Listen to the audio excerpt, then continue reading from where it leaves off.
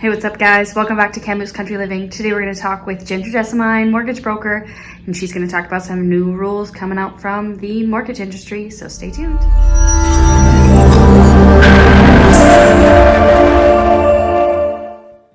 Hi everyone, welcome back to Kamloops Country Living. My name is Labrie. I'm a realtor with EXP in Kamloops, and today I have Ginger Jessamine with me again today.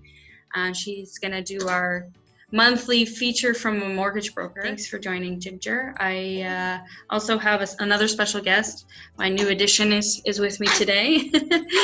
And your assistant. My assistant, yes, she's very helpful. She's gonna help me record this today. So what's new? How's life post-COVID pandemic? That's a tricky question to answer. But it's fine. It's fine. You know, every day it seems like there's something new that's thrown at us, whether it's, you know, to do with our industry, the real estate and mortgage industry, or whether it's just life in general. And I don't know about you, but you had to learn how to adapt pretty quick. Yeah. And just kind of go with the flow. And, you know, every day you wake up to something new. Yeah. On the news or in your email or what have you, but you just kind of have to adjust.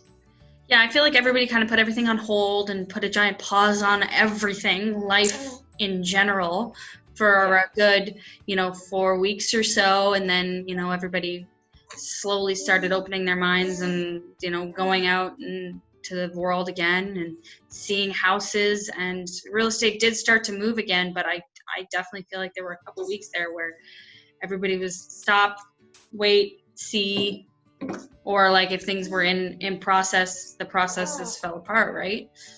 Yeah, well, I mean, buying a house is a huge, life-altering decision, and when everyone's unsure of what's even happening with the world, that's a tough decision to make. I had a lot of buyers that were kind of pre-qualified, ready to go when the whole COVID thing started to happen.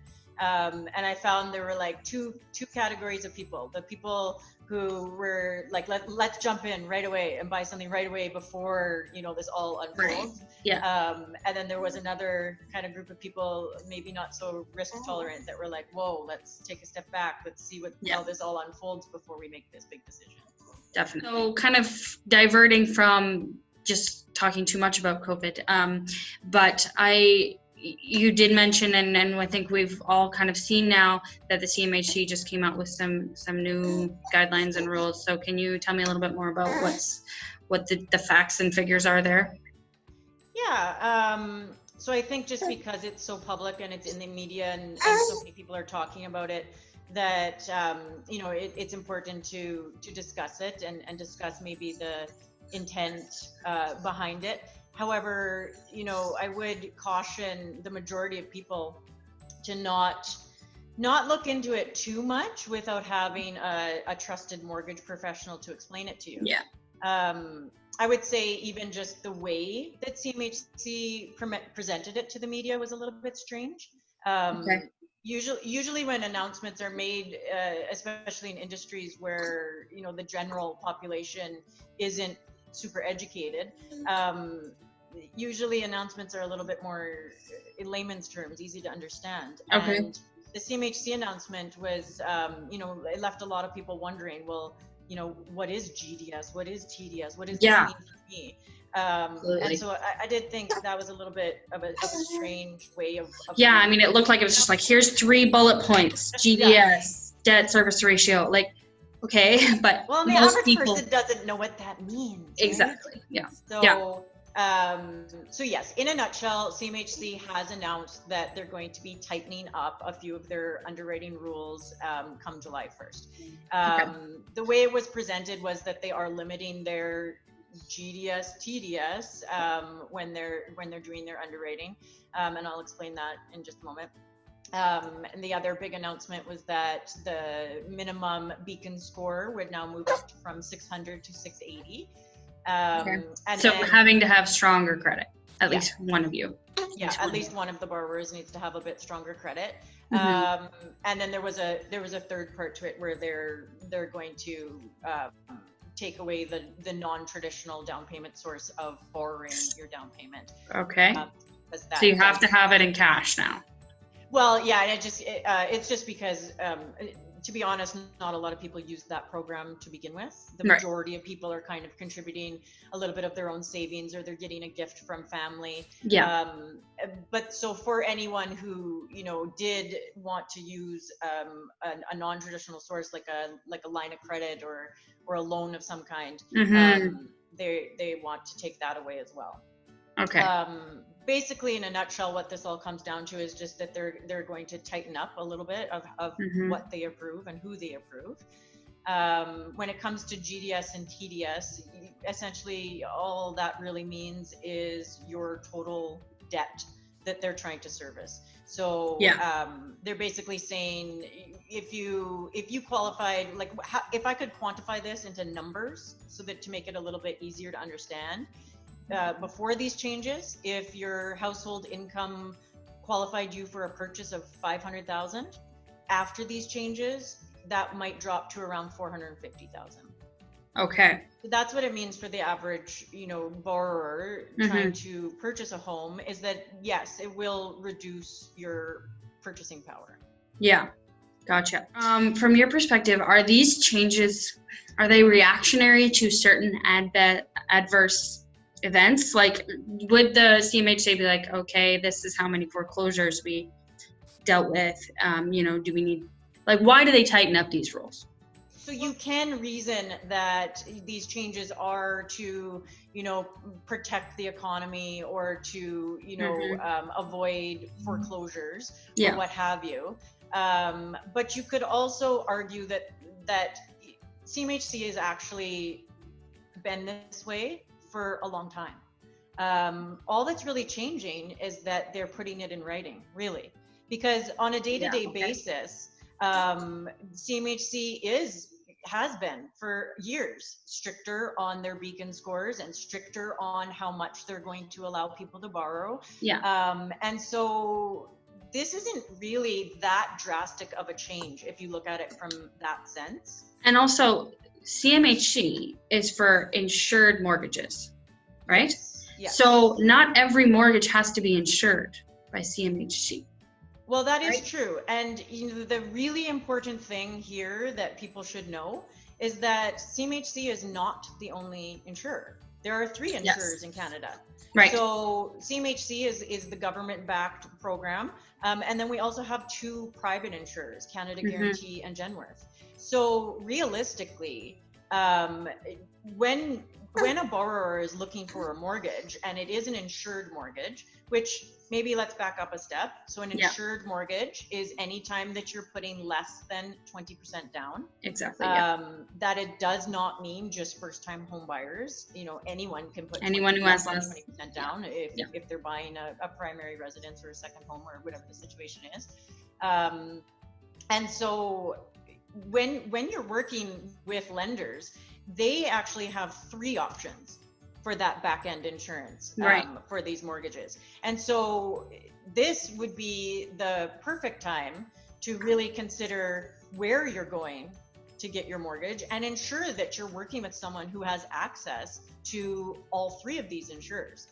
Some of the smaller lenders or what have you may only use 1 or may only use 2.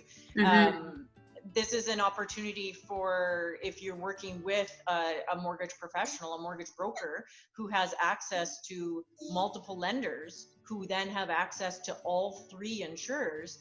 Right. These changes from CMHC aren't going to have that big of an impact. So are the big banks accessing all 3 insurers, or are they typically just CMHC insured?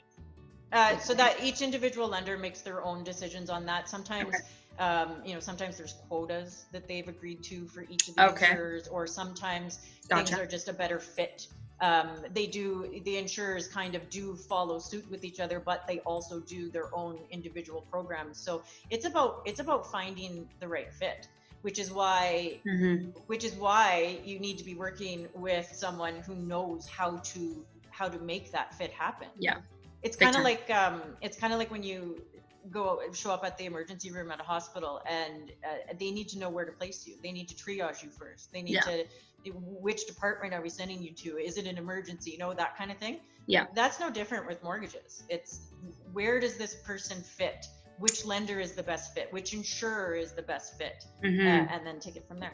That's a really awesome brief rundown. I think anytime there's an announcement from anything relating to mortgages, a lot of people think, well, they start to panic or, you know, definitely create theories in their head of what this means for the market. From your perspective, what does it mean? Are we going to see more refusals? But I guess, you know, do you think that this is going to be an excuse for CMHC to send more people away? Or do you think that they'll always have, you know, if they're right on the cusp, will they have a fallback, you know, to the other insurers? Do they need to be prepared with, you know, getting their credit a little bit more beefed up? It's tough to say what effect this will have on the real estate market, or if it will have any effect at all, because, you know, right now today, the other two insurers have said that they're not going to follow suit and they're not going to change their underwriting policies. But of course that could change. Anything could change. Totally. So I don't think that these changes will have, you know, as much of an impact as maybe some people are panicking themselves into thinking. And I think that there will be options available to anyone that wants to buy a home. Well, I think in the panic that it might set in would be like people who haven't bought and are considering, have never bought, or so first-time home buyers, and are considering buying in the next year, and they know their credit isn't perfect. Those are the kinds of people I feel like might see this in panic. But a lot of the real estate market is not that. So there's also a lot of well-educated sellers and buyers that this won't affect at all. You know, and I actually reached out to one of the largest mortgage lenders in Canada and asked them, what kind of impact would this have on your book of business, of the mortgages that they lend? And less than 5% of their business are people with Beacon scores under 680. So that kind of puts it in perspective for you that yes, there will be a group of people that this might affect, but the vast majority of people who are purchasing homes don't even fall into the category to begin with. Right. And so like if you were to pull up, like say your online bank has your live kind of credit score, you can pull, you know, no penalty pull your credit score on them in the moment, and it kind of gives you a scale, like here's what a poor score is, here's what a fair score is, and here's what a good score is. Is or is not 680 still kind of on the cusp of fair and good? Yeah, I mean, so totally, you know, I don't think 680 is a super low, like, what am I trying to say? I don't think 680 is a benchmark that's too hard for a lot of people to achieve. Exactly. Yes. Yeah. And in fact, if you're sitting at home and you're wondering like, oh, how is this going to affect me? You know, I think my credit isn't as good as it should be. Well, maybe that's a conversation you should be having with a mortgage professional anyway. Right. And it could go the opposite too. You could think, oh, I don't think my credit will be good enough. And then you actually come to find out that it is, and there was nothing to worry about in the first place. And, you know, the panic was all for nothing. Yeah, exactly. Okay, so I just wanted to keep that pretty brief, but that was really helpful. I think just give people a rundown and reassure people that this is not going to crash the market or anything like that. Anything else that you wanted to add? I would say that what I would want to add is that, you know, especially for first-time home buyers, buying a home is already stressful enough. There's so much on your plate. There's so much new information that you are trying to absorb. It can be completely overwhelming. The last thing that you need to be doing is sitting at home reading the news and listening to the media and panicking about back-end insurance of insured mortgages. Right. You know, let a mortgage professional handle that for you. Yeah. They will shield you from that information and will help guide you. And if anything, you know, if there are issues on the back end, if there are issues with your credit score or how much you can afford to purchase, let the mortgage professional handle that for you and explain that to you in words that you can understand and help guide you through the process. Yeah, totally. Well, that's fantastic. I will be sure to leave your info in the comments below. And yeah, everybody, stay tuned for next month's monthly feature from mortgage broker Ginger. Thanks for having me, Labrie. You're welcome. We'll see you next month.